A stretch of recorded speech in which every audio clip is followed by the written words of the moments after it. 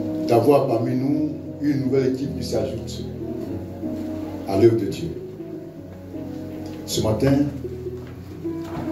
j'avais préparé un message spécialement pour les circonstances. Mais le Saint-Esprit a décidé autrement. Mais néanmoins, je vais vous donner un conseil ce matin. Avant d'entrer dans le message proprement dit. J'ai combien de minutes? 45 minutes? D'accord. Largement, ça me suffit. Dans le livre de 2 Samuel, 2 Samuel, chapitre 1, versets 14 à 16. 2 Samuel, chapitre 1, verset 14 à 16. Est-ce que quelqu'un peut se tenir debout et me lire ce passage rapidement, s'il vous plaît, pour que je sois dans le temps?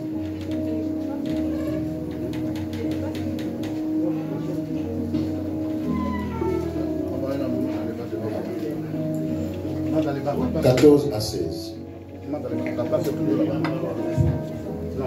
2 Samuel 1, verset 14 à 16. On a trouvé.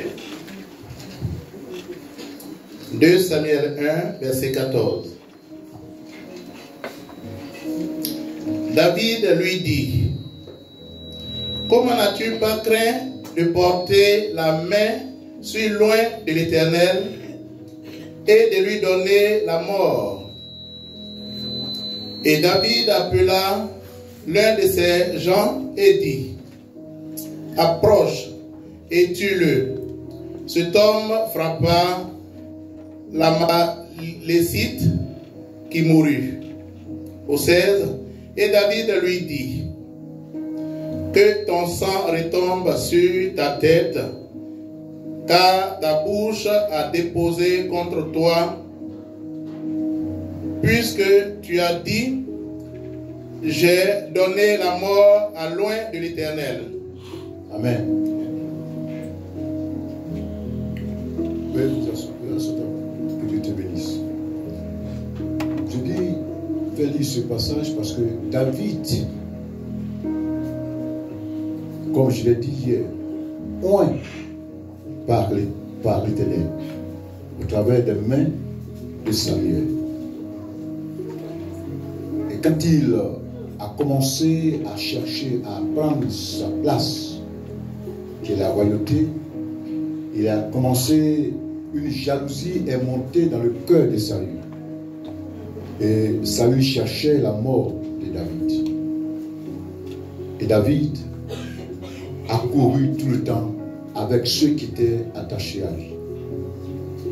Une occasion a été donnée à David de mettre fin à la vie de Saül. Mais s'il n'a pas pris cette décision de mettre la fin à la vie de Saül, pourquoi? Parce que c'était un oint de l'Éternel. Parce que Dieu avait oint Saül. Il n'a pas osé le faire. Et dans le passage que nous venons de lire, Saül, dans le combat, était complètement acculé et il a vu quelqu'un qui a dit: donne-moi la mort. Et cet Amalécite lui a donné la mort. Et cet homme-là allait dire à David: voici, j'ai tué le roi Saül. David lui dit: pourquoi tu n'as pas eu la crainte de lever la main sur un oint de l'Éternel? Bien-aimés dans le Seigneur, et à vous les consacrés, et à l'Assemblée, désormais, ces hommes et ces femmes que vous voyez ont rejoint le clan des oints de l'Éternel. Amen. Le pasteur dit que Dieu a placé comme le responsable en ce lieu était oint de l'Éternel. Vous êtes les oints de l'Éternel. Bien-aimés, on ne lève pas la voix n'importe comment sur un oint de Dieu sans avoir la conséquence qui suit. Je vous conseille de ne pas le faire. Peu importe la faute que l'homme de Dieu ou alors une servante de Dieu aurait commise.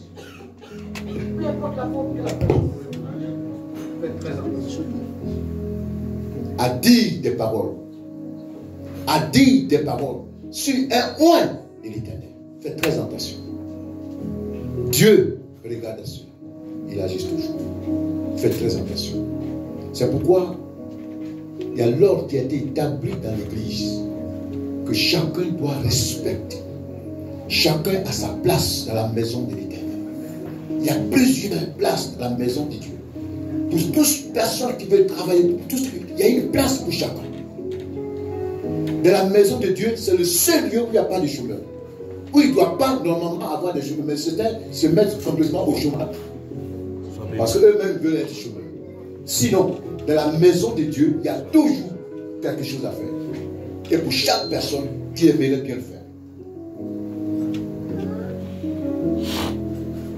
Que des conflits internes, que des jalousies internes ne vous amènent pas à ouvrir la bouche, à dire des paroles sur un oint de l'Éternel. Que ce soit un homme, que ce soit une femme, que ce soit